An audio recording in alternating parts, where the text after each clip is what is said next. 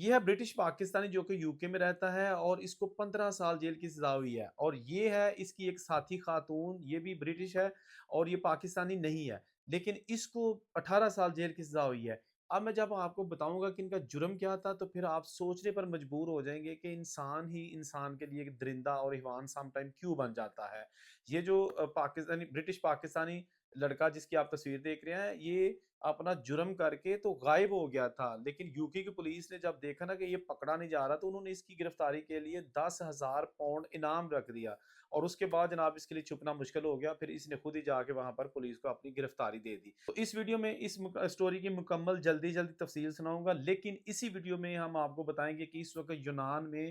5 سے 6 پاکستانیوں کی باڈیز جو ہے نا وہ سرد خانے میں پہنچ چکی ہیں، جو کہ مختلف واقعات میں جان کی بازی ہار گئے ہیں۔ اب وہ پاکستان ان کی باڈیز لانا مسئلہ بن چکا ہے، وہ کیوں مسئلہ بنا ہے وہ بھی ہم آخر میں تھوڑی سی ایک انفارمیشن ہے لیٹسٹ آپ کے ساتھ شیئر کریں گے، اس لیے ویڈیو کو ذرا دھیان سے اور اینڈ تک دیکھ لیجیے گا۔ ویڈیو کا آغاز کریں گے ہم برٹش پاکستانی محمد قاسم خان، جس کی آپ تصویر ابھی اسکرین پر دیکھ رہے ہیں۔ یہ برمنگھم کا رہائشی ہے اور اپنے طور پر یہ ایک ڈان کے طور پر جانا جاتا ہے، عمر اس کی 24 سال ہے،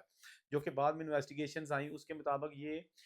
ڈرگ ڈیلر بھی ہے، اور جو اس کو بر وقت پیسے نہیں دیتا اس کو جناب مارنا پیٹنا اس کا فیوریٹ مشغلہ ہے۔ یعنی دوسرے لفظ میں پنجابی کیا جاتا ہے نا کہ بڑا ہاتھ چھوٹا ہے ہاں جی، چپیڑا کراندہ ہے۔ اب یہ پھنسا کیسے ہے؟ دیکھیں اس کا اس نے نا کوئی وہاں پر لڑکی تھی، اس کو جناب اپنے گھر میں قید کر لیا، 1.5 2 مہینے تک قید کیے رکھا اس کو، اور اس کے ساتھ کرتا کیا تھا، اس کو مارنا تو اس نے تھا ہی، مارتا تھا، اور یہاں تک کہ پھر اس کو جناب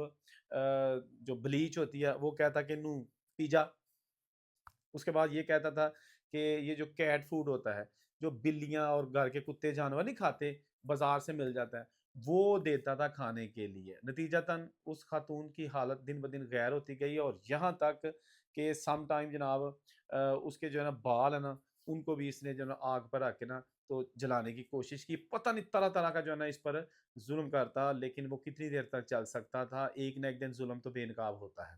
اچھا، وہ خاتون جو ہے نا وہ بھاگ نکلی کسی طریقے سے بھی اس کے گھر سے، اور سیدھی گئی ہاسپٹل اپنے ٹریٹمنٹ کے لیے، کیونکہ اس کو فیل ہو رہا تھا سب سے پہلے کہ اپنی جان بچاؤں۔ اچھا، جب اس طرح کے عقوبت خانے سے بندہ نکلتا ہے نا تو اس کو سب سے پہلے ٹینشن یہ ہوتی ہے کہ اس کا جو سانس پھول رہا ہے یا اس کی جو پرابلمز اتنی زیادہ ہو گئی ہیں کہیں وہ مر نہ جائے، اس لیے سب سے پہلے اس کو خیال آتا ہے کہ میں اپنے آپ کو میڈیکل کے لیے پیش کروں، میرا ٹریٹمنٹ ہو سکے۔ پولیس یا کوئی اور قانونی کارروائی کے لیے ذہن نہیں جاتا، صرف جان بچانے کے لیے جاتا ہے۔ تو اس نے بھی ایسے کیا، ڈائریکٹ ہاسپٹل پہنچ گیا، اور وہاں جا کے جب ڈاکٹروں نے اس کی حالت دیکھی اور ساری سچویشن دیکھی تو اس سے پوچھا کہ کیا ہوا، تو اس نے بتایا کہ میرے ساتھ یہ ظلم ہوا ہے، مجھے ایک لڑکا جو ہے قاسم تھا اس نے اپنے گھر میں رکھا تھا، مجھے اس طرح اس نے کئی مہینوں تک جو ہے نا اپنے کسٹڈی میں رکھ کے تو میرا یہ حال کر دیا ہے۔ اچھا، اب آگے سنیں کہ دوسری خاتون بھی بازیاب ہوگی اس کے بعد، وہ کیا اس نے کیا بتایا۔ اچھا، یہ جناب قاسم تتر بٹیر نس گیا، بھاگ گیا کہ میں اب جب پولیس کے ہتھے چڑھوں گا ہی نہیں، لیکن یہ اس کا خواب تھا۔ پولیس نے جو یو کے کیا وہ تو گھر تک پہنچ دیا، اگر آپ پاکستان میں بھاگا ہو تو یہاں آگے لے جائے گی، ایسے لاتعداد واقعات ہم آپ کو سنا چکے ہیں۔ اچھا، اب ہوتا یہ ہے کہ وہ خاتون جو ہے نا جب ہاسپٹل آتی ہے تو جب ہاسپٹل آئی تو ساتھ ہی پولیس کا کیس بن گیا، پولیس کو بلایا گیا، پولیس نے جب پوچھا انویسٹیگیشن سٹارٹ کی، اور اسی دوران ایک اور خاتون جو ہے نا وہ بھی بازیاب ہو گئی۔ وہ جناب جو دوسری لڑکی ہے نا جو اس قاسم کی ساتھی ہے، ایمان کولے، اس کے گھر سے ہوئی، اور وہ کیا کرتے تھے کہ یہ اس کے ساتھ بھی ملا ہوا تھا، اور وہاں جا کے جو دوسری خاتون تھی اس کے اوپر پیشاب کرنا، اللہ تعالیٰ معاف کرے، پتہ نہیں کیا کیا یہ چیزیں، کچھ چیزیں ایسی بھی اس کے ساتھ کرتے تھے کہ جو یہاں پہ میں بتا نہیں سکتا، وہ ساری ڈیٹیلز آلریڈی میڈیا پہ آ چکی ہیں، پولیس کی ویب سائٹ پہ آ چکی ہیں، برمنگھم پولیس نے اور دوسرے جو مین چینلز ہیں، ویب سائٹس ہیں، سب نے اس کو بیان کر چکے ہیں۔ اچھا، یہ 2024 کا واقعہ ہے، ٹھیک ہے جی، اور اس کے بعد یہ جو ان کو سزائیں ہوئی ہیں وہ ابھی 2025 کے آخر میں ہوئی ہیں۔ اب جناب وہ جو دوسری خاتون برآمد ہوئی ہے اس نے بھی یہی کہا کہ مجھے بھی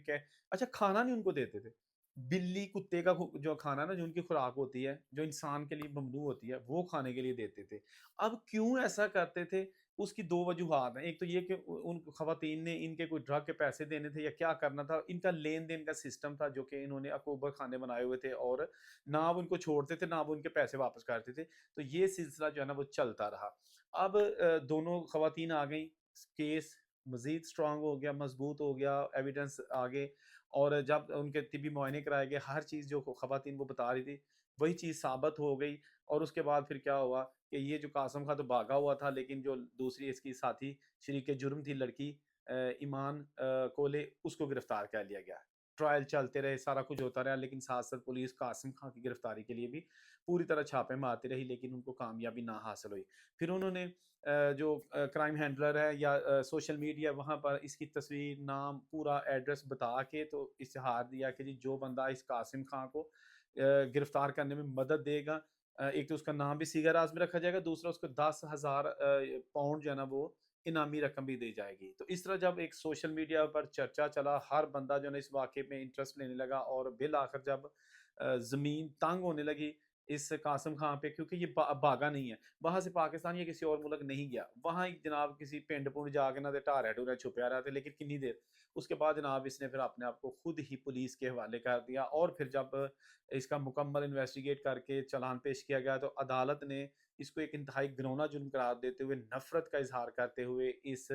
جو خاتون تھی ایمان کولی مجرم قرار دیا، اور اس کو 18 سال کے لیے جیل بھیج دیا، اور ابھی وہ جیل میں ہے. جبکہ قاسم خان اس کو جناب 15 سال کے لیے جیل کی سلاخوں کے پیچھے بھیج دیا ہے. تو یہ تو ہو گیا ان کا منطقی انجام، جو کہ انہوں نے ان جو دوسری خواتین تھی ان کے ساتھ یہ حرکتیں کی. یہ وہ چیزیں ہیں جو ہماری کمیونٹی کو یا جو وہاں پر انگلیاں اٹھانے کے لیے لوگ استعمال کرتے ہیں کہ دیکھیں جی یہ جو لوگ ہیں کس طرح کی حرکتیں کرتے ہیں، ظلم کرتے ہیں یہاں پہ رہتے ہوئے. اب بات کریں کہ ہم جو میں نے پہلے آپ کو کہا تھا کہ اس وقت یونان کی صورتحال یہ ہے کہ پتہ نہیں کیا ہو گیا ہے، اللہ تعالیٰ معاف کرے. پچھلے 1 مہینے کے اندر اندر 5 یا 6 جو پاکستانی ہیں نا ان کا انتقال ہوا ہے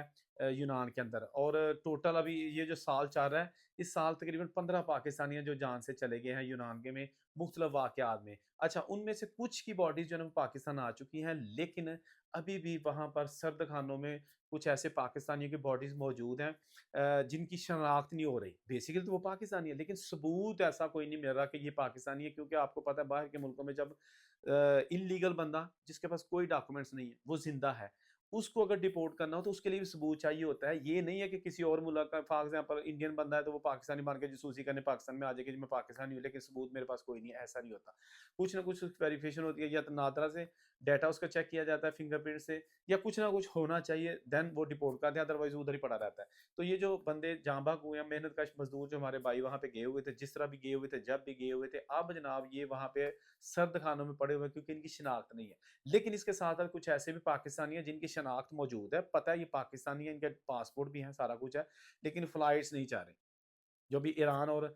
اسرائیل امریکہ کی جنگ چل رہی ہے اس دوران، تو آپ کو پتہ نا کہ سارا فلائٹ آپریشن سسپینڈ ہوا ہے، مختلف ملکوں کی پروازیں نہیں جا رہی ہیں، اگر کوئی اڑنے کی کوشش بھی کرتی ہے تو رستے سے واپس آ جاتی ہے. تو یہ بھی ایک مین فیکٹر ہے کہ ابھی تک جو پاکستانی وہاں پہ سرد خانوں میں موجود ہیں جن کی باڈیز، ان کے لیے ایک بڑا مسئلہ بنا ہوا ہے. اس کی مزید ہم تفصیل کوشش کریں گے کہ کل کے ولاگ میں یا جو ہی ہمارے پاس تفصیل آتی ہے ان کے نام وغیرہ جو کچھ ہے وہ بھی ہم آپ کے ساتھ شیئر کریں گے. لیکن یہ ایک انفارچونیٹ چیز ہے کہ دیکھیں پردیس جاتا ہے بندہ محنت مزدوری کرنے کے لیے، پردیس جاتا ہے بندہ اپنے جو حالات پاکستان میں ہوتے ہیں غربت سے اپنی فیملی کو نکالنے کے لیے. دیکھیں کبھی کسی ارب پتی یا کروڑ پتی بندے کا بیٹا جو ہے نا ڈنکی لگا کے باہر نہیں جائے گا، وہاں جا کے کون سا پتوں سے پیسے توڑنے ہیں. بھائی مزدوری کرنی ہے نا، دیہاڑی ہوگی 30-35 یورو ہوگی ایک دن کی، 8 گھنٹے کام ہوگا، اور کام بھی ایسا ہوگا کہ ہاتھ سمیت پورا باڈی جو ہے نا لال ہو جاتی ہے. تو اس لیے اگر وہاں پہ کوئی حادثہ ہو جاتا ہے یا کوئی طبی موت دنیا سے چلا جاتا ہے یا کوئی ایسے انسیڈنٹ ہو جاتا ہے تو پھر جو ہے نا بہت زیادہ پریشانی بنتی ہے. کس کے لیے؟ اس فیملی کے لیے جن کا جو ہے لختے جگر وہاں پہ